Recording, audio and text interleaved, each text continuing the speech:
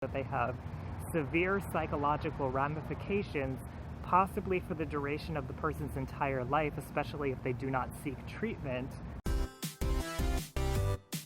In my head.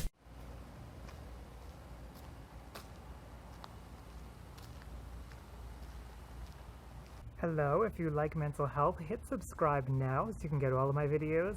Tonight I'm going to be talking about complex post-traumatic stress disorder, also known as CPTSD, because I just picked a topic quickly before I left, because what I do here is I go on walks and talk about mental health, and that's what I wanted to talk about because I think it doesn't get enough attention. So hopefully this will be a brief walk, because I have other stuff I've been trying to do, preparing for my 200th video, but complex post-traumatic stress disorder, that's what we're on tonight.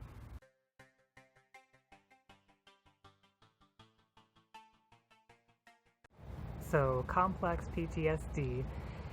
What's different from that in regular PTSD? So PTSD is when somebody experiences a trauma, and not everybody who experiences trauma is going to go on to develop post-traumatic stress disorder, which is PTSD.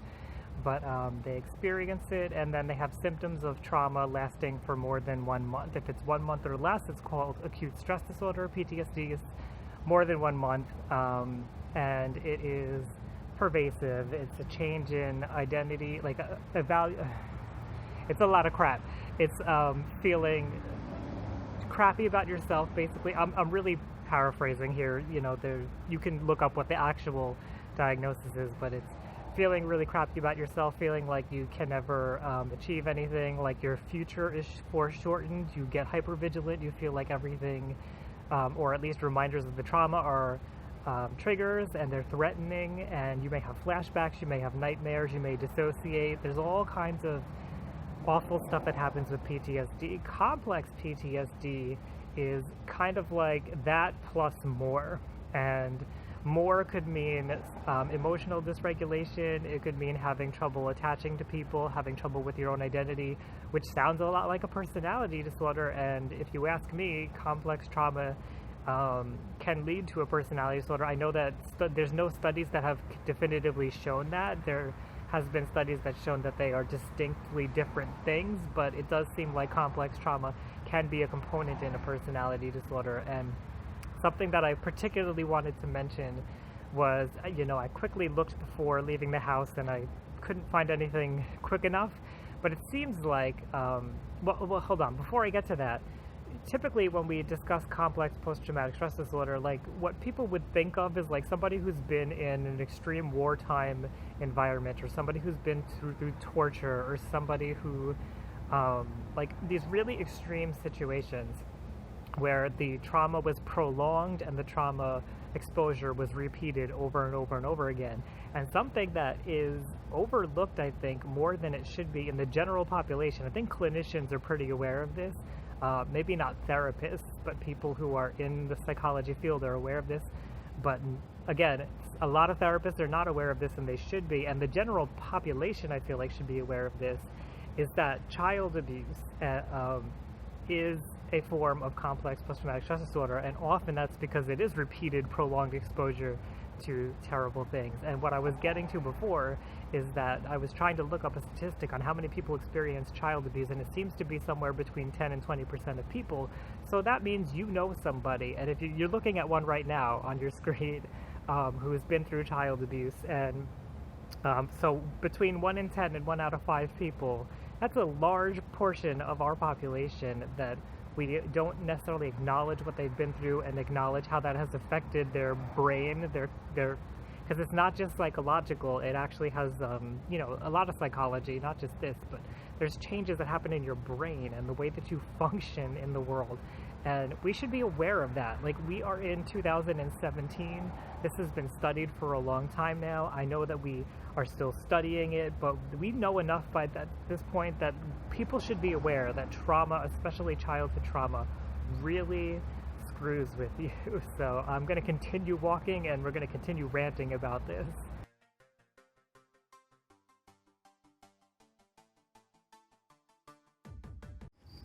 Okay, it's really hot out here, and I just want to go home and rest. But I wanted to say a few things. Well, first of all, I don't want to dismiss people who've been through torture and who have been through these horrible situations. I just want to make it clear that child abuse is like on the same level. If you just think about it, when you're a child, you are vulnerable to your parents, your caregivers, whoever's in charge of you, even if you're switching multiple caregivers, which can itself be traumatizing. And so life and death is in the hands of whoever's taking care of you. And if that person is abusive to you in some way, that is repeated, it is prolonged exposure, and it's very much in the same vein of torture and kidnapping and all these other horrible things that are part of complex post-traumatic stress disorder. It's just that child abuse seems to be more prevalent, as I mentioned just before. So what frustrates me is that there's not public education about this, and we don't understand what's going on. And very often, you know, we started creating new disorders with the DSM-5 to kind of capture how some of this might look in a child, such as reactive attachment disorder or disinhibited social engagement disorder, but it happens, it manifests in so many different ways for so many different people, and it's just a cluster F of symptoms that really sucks for people. You know, people go into adulthood not really knowing how to regulate their own emotions, and so you see outbursts, you see things like trying to depend on drugs and alcohol to try to regulate what's going on inside of them. You see violence, you see self-harm, you see trying to get into relationships too quickly in an attempt to regulate our own emotions. We see separation and insecurity. We see all kinds of horrible, horrible things. So it's not good. Complex post-traumatic stress disorder, child abuse is not good, and I would love to see there be more efforts to educate the public on what it is and how it manifests, because I think we are so quick to judge other people and say, well, that person's an a-hole and that's why they're violent and mean and nasty. And I try to always show on this channel how I have been violent, how I have been mean, how I have been nasty, so that I humanize this and show you that there are reasons why people do things, and it's not because they're an a-hole. Because very often this kind of trauma passes on through the generations, and it's one parent does it to a child, that child learns maladaptive ways of coping with things, maybe not identical to the parent, but they're still maladaptive, and then that maladaptive way of coping gets passed down to the child because they abuse the child in their maladaptive coping methods, and it just keeps going and going and going. So somewhere, somebody has to speak up and say, wait a minute, none of the way this is going is correct. There is a correct way to do it. You can heal from what's going on. You're not a victim to what's happening. You are a victim, of course. I don't ever want to take victim status away from people, but you are not doomed. Let's put it that way. You're not doomed to live this horrible life because you experience these things. There are ways to learn emotional regulation skills. There are ways to learn to get into healthy relationships. There are ways to learn to correctly parent somebody. And we need more messages like that, because I don't see those messages when I like watch TV or when I go on the internet and look into things. You know, of course, when I look in my psychology stuff, because that's what I'm into, I see it. But for the general public, I don't see that stuff. I see us talking about things like having healthy self-esteem and body image, and, you know, that's all great. I also see a lot of horrible stuff regarding that too as well. And I always hesitate to talk on any kind of eating disorder stuff because I have not had a personal experience with it. I don't know very many people who've had eating disorders, but, you know, there's positive and negative messages out there for that kind of stuff, and there's positive and negative messages around anxiety and, you know, accepting gender identity and sexual identity, but there's not, I don't see a lot of stuff talking about like, well, what about if you hit people, or what about if you self-harm, or what if you have suicidal thoughts, or what if you are a serial monogamist and you don't know why you keep getting into bad relationships. Like, I don't see so much great information out there that's, you know, based on clinical experience, and I would love to see more of that. I do see like life coaching trying to fill a bit of a void there, but a lot of life coaching seems to be people who don't really understand the complexity of complex trauma, who are actually doing more harm by dismissing and invalidating what somebody is going through, telling them to just think positively and feel better and just try harder, when that is not applicable for somebody who's been through complex trauma.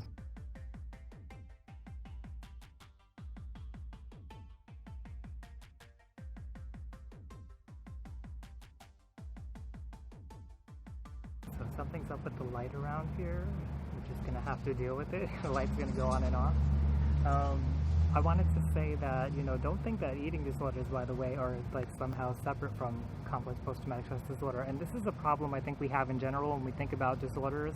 We think of them as isolated from each other. Like you have this disorder, or you have this one, or you have this one and this one. But a lot of times they're comorbid and they overlap for a number of different reasons, but they have similar symptoms. There's different reasons for the pathology, why somebody does one thing over another. You know, somebody who's seeking control might seek control through separation anxiety disorder. They might seek control through anorexia. They might seek control through any number of different reasons. So these are not always like separate, isolated things. And in the case of complex post-traumatic stress disorder, it's very easy to have multiple disorders because you are so dysregulated and so all over the place. And there's a car coming.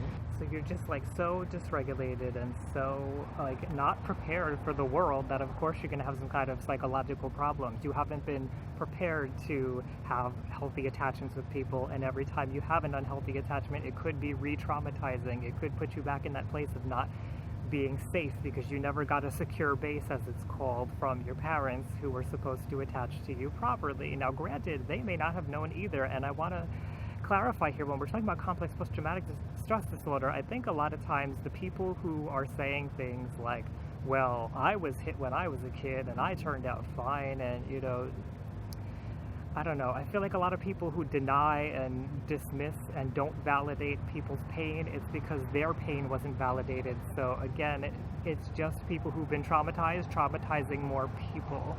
Another car coming. But anyway, briefly back to the concept of the public not being educated enough about this. You know, we have a real problem with not understanding what emotional abuse is. I have videos about it here on the channel, but we, for some reason, think that, like, you know, granted, everybody does something that's emotionally abusive, like in small amounts here and there throughout their lives. Nobody's perfect, but we have a problem with not understanding that, yes, telling your kid they suck, or telling them they're lazy, or telling them there's a problem with them over and over again is emotional abuse. And same thing to adults. And yes, it is abuse to spoil your kid to the point where they don't learn how to adapt in a situation where they don't have all those resources. It's also abuse to continually shower your kids with praise without taking into consideration what they value themselves, like not getting to know them as a person, as a human being, instead of using them as an extension of yourself, as an object. So there's a lot of issues here that I see that we need to fix when it comes to complex post-traumatic stress disorder, abuse, emotional abuse, like what is okay and what is not okay, because there's a lot that's not okay that people are saying is okay, and we have laws in place that allow it, we have education that allows for it, we have a whole system. I'm talking about the United States here, but I know this is globally. We have a whole system in place that says that all these things are okay, but they're not okay, and we need to be clear that they're not okay. We need to be clear that they have severe psychological ramifications, possibly for the duration of the person's entire life, especially if they do not seek treatment. And we need to be aware of that, because if people are not aware, they're not going to know to seek treatment. They're not going to know that there are options. There is a lot of talk out there with a lot of disorders about how you can't be cured, and there's nothing you can do, especially when it comes to personality disorders. This is another problem. I'm just on a rant tonight, guys. There's a lot out there that frustrates the hell out of me, and I'm trying to make this channel an educational resource for people. And if I'm not the resource, at least point to other resources that are out there, because that's what's helped me. It helped me when I went on YouTube in 2008 or so, I think it was 2008, and I found a video of a woman talking about borderline personality disorder. I don't even know how I found borderline personality disorder. I think I was looking up narcissistic personality disorder because I was suspecting that somebody I was with at the time had that, and then I read that people with borderline typically pair up with narcissistic personality disorder. Anyway, I found this woman talking about her experience with borderline personality disorder. I was like, holy crap, and it opened up a world of possibility for change for me, because as I've mentioned, I have been an abusive person myself. I have had many dysfunctional relationships. I'm still not perfect, but I have gone so far away from where I used to be. I was telling somebody the other day, I don't know that I actually outwardly said these things, but I know I thought them in my head, and I'm pretty sure I said a few of them. I used to say to people, at least in my head, I used to think to myself like, well, you're a piece of crap and no wonder nobody likes you, nobody cares what you have to say. Like, that kind of stuff was regularly going through my head about other people, because I tend to externalize my things. So I am not that person anymore. I don't know if you can tell, but I'm not that person anymore, and I want to make it clear that other people can do the same. They can heal. Bug on my glasses. Okay, so here we are. Last thing that I want to say is, you know, I can speak about this until the cows come home. I am only one person, and I am not the authority on all of this. I do know that when it comes to studies and research and law, things move slowly, and maybe that's part of the reason why there isn't so much information out there. It's not being disseminated the way that I wish that it was. But we live in the age of the internet and social media now, and we can spread this information faster than it's spreading, and we can get educated the same way that I got educated. Take the initiative yourself to get educated, and then if you conclude the same that I have, which is that complex post-traumatic stress disorder is a serious issue and it can lead to many other disorders, then start talking about it. Talk about it with a friend, talk about it with a family member, talk about it with anybody. Put a post up on social media, in a group, talk about it. There are many groups on Facebook, for example, a forum, wherever you feel comfortable, talk about it, because it's not being talked about enough, and that's where I'm gonna leave this. There's a car coming, as always. Okay, well, I gotta get out of here. So, thank you for joining me on my little rant here about complex post-traumatic stress disorder. If you have experienced this yourself, if you already know about the subject, let me know what you know. Is there any research you'd like me to take a look at? Because I'm always interested. There's a lot of crap research out there too, so please be discerning when you look through things. I know it's very tempting to say, oh, of course this is true, but there's a lot of research that's being done biased, it's being funded improperly, so just be aware of that when you read things online. But let me know what your experience is. Do you find that complex post-traumatic stress disorder is a label that you would like to use for yourself? I will mention that in the ICD-11 beta, which is not the official, but it's on the way, there is a complex post-traumatic stress disorder diagnosis. That's not currently something that's available in the DSM-5.